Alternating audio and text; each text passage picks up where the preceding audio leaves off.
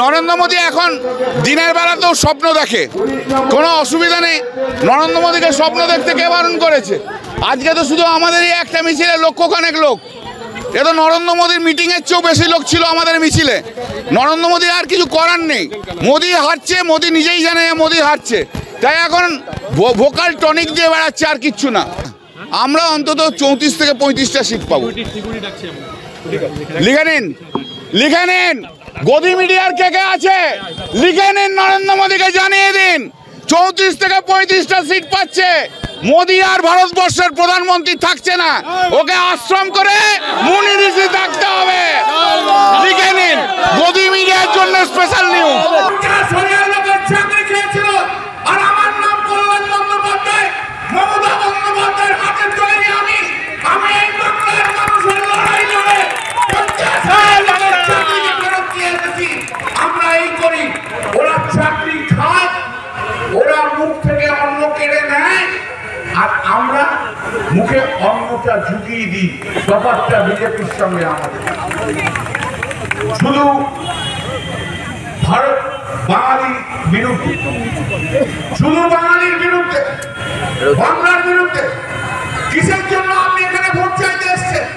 কেন ভোট চাইতে আসবেন?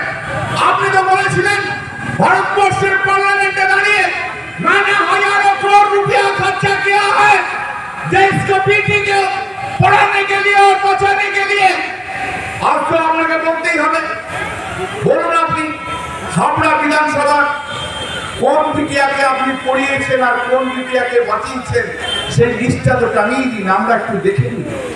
দেখে নিই, লিস্টে তো কারোর নাম নেই। 2014 থেকে বলেছেন 2 কোটি করে চাকরি দেবো, 10 বছরে 20 কোটি হয়।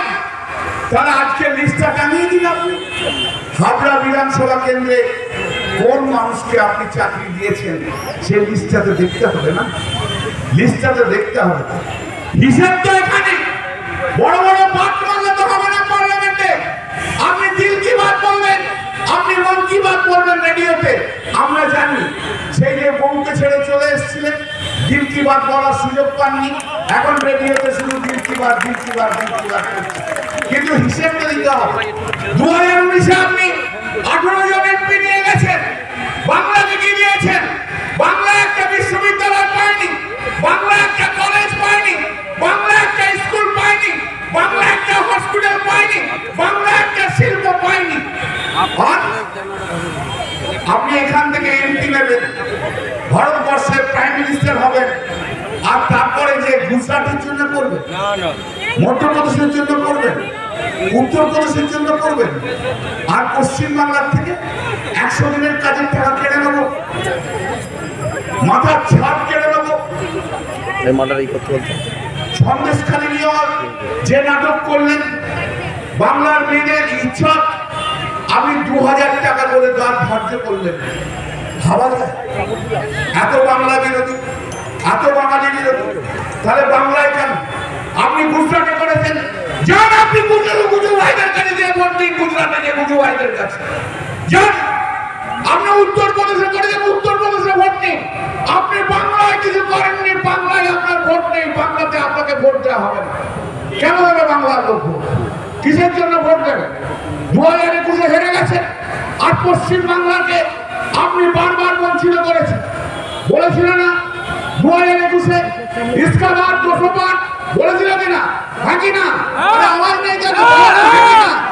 इसका बात 200 বার বলেছিল তো।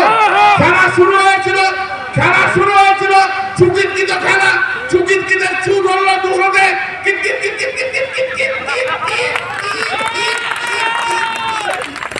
কত হলো? 70। 200-তে যদি 70 হয়, 400 কত হবে? 140। ও নিজেই জানে কিন্তু হেরে গেছে, ও নিজেই জানে হেরে গেছে, ও জানে যে হেরে গেছে। নির্মলা সীতারামনের বড় বলছে 210, নাগেশ্বর রাও সিডিসিআই ছিল ঘর কাছের লোক, সেও বলছে 210। আর ওএসএ কি বলছে? ও বলছে আমি দেখতে পাচ্ছি পশ্চিমবাংলাতে সবচেয়ে বেশি ভোট বাড়বে, আর আমরা দেখতে পাচ্ছি পশ্চিমবাংলাতে বেশি সিট পাবে, আর আমরা দেখতে পাচ্ছি যে বিজেপি মাত্র 5 থেকে 6টা সিট পাবে, বুঝতেই পারছেন ভারতবর্ষের কি হাল। অতএব মোদীজিকে এবার যেতে হবে, তৈরি থাকতে হবে। কালকে বলেছে যে কন্যাকুমারীতে যে না যাচ্ছে, আমিও বলেছি কালকে যে হ্যাঁ উনি যান না কন্যাকুমারীতে, কারণ 4 জুনের পর তো উনি প্রধানমন্ত্রী থাকবেন না। ওখানে একটা আশ্রম করুক, ওখানে আমরা যে ওনাকে মাঝে মাঝে দেখতে যাব, যেমন করে সমস্ত মুনি ঋষিদের দেখতে পাই, আমরা ওনাকেও দেখতে যাবো, পুজো টুজো দেবো, তার জন্য কোনো অসুবিধা নেই। আর যদি পন্ডিচেরির মতো আশ্রম করে তাহলে 2 দিন থাকবো ওখানে। আর দরকার হলে ইন্ডিয়া জোট সরকারে আসবে, আমরা একটা স্পেশাল ট্রেন ওর আশ্রমে যাওয়ার জন্য করে দেবো। আপনারা অনেকক্ষণ ধরে হেঁটেছেন, আমিও অনেকক্ষণ ধরে মিছিলে রয়েছি, আপনারাও বেশিক্ষণ আটকাবো না। শুধু একটা কথা জেনে রাখুন, আগামী দিন আজকের এই লড়াই 1 জুনের লড়াই আগামী দিনের সবচেয়ে বড় লড়াই হতে চলেছে। আগামী দিন 1 জুনের লড়াই, এই লড়াই হচ্ছে ভারতবর্ষের মানুষের বাঁচার লড়াই। আগামী 1 জুনের লড়াই, এই লড়াই হচ্ছে বারাসাতের মানুষের অধিকারের লড়াই। আগামী 1 জুনের লড়াই, এই লড়াই হচ্ছে বাংলার বুকে 100 দিনের কাজের লড়াই। আগামী 1 জুনের লড়াই, এই লড়াই হচ্ছে আগামী দিনের কেন্দ্রীয় আবাস যোজনার টাকার লড়াই। এ লড়াই জিততে হবে। ভারতবর্ষ দ্বিতীয়বারের স্বাধীনতা চায়, ভারতবর্ষ নরেন্দ্র মোদীর হাত থেকে মুক্তি পেতে চায়, ভারতবর্ষ আজকে খোলা আকাশের নিচে নিঃশ্বাস নিতে চায়। তাই আগামী 1 জুন সব ভোট ঘাসের ওপর ছোড়া ফুল 1 নম্বর বোতাম টিপে ভোট দিয়ে জয়যুক্ত করুন। জয় হিন্দ, বন্দে মাতরম, মমতা বন্দ্যোপাধ্যায় জিন্দাবাদ, জয় বাংলা। ভারতীয় জনতা পার্টি দেখে নিন, বিজেপি দেখে নিন, বিজেপিকে দেখতে হবে আজ যে শুধু ইডি সিবিআই দিয়ে বাংলার মানুষকে আটকে রাখতে পারবেন না। জেনে রাখুন ইডি থাকুক, সিবিআই থাকুক, আর কুলাঙ্গার অভিজিৎ গঙ্গোপাধ্যায়ের মতো জজ আপনাদের সামনে থাকুক, বাংলার জনতা আছে মমতা বন্দ্যোপাধ্যায়ের সঙ্গে দেখে নিন, শুধু দেখে নিন। আজকে তার প্রমাণ দিয়ে গেল। এবং ভুল অ্যাসেসমেন্ট আমি খুব একটা করি না, এখনো পর্যন্ত আমার অ্যাসেসমেন্ট 99% কারেক্ট হয়েছে। প্রায় 2 লক্ষ ভোটে কাকলি ঘোষদস্তিদারকে বারাসাতের মানুষ জেতাবে। মিলিয়ে নেবেন। তারপরে কিন্তু চেয়ারম্যান তোমাকে ডেকে আমার মিষ্টি খাওয়াতে হবে, ডেকে নিতে হবে। একটু 10 মিনিট বলে দিই।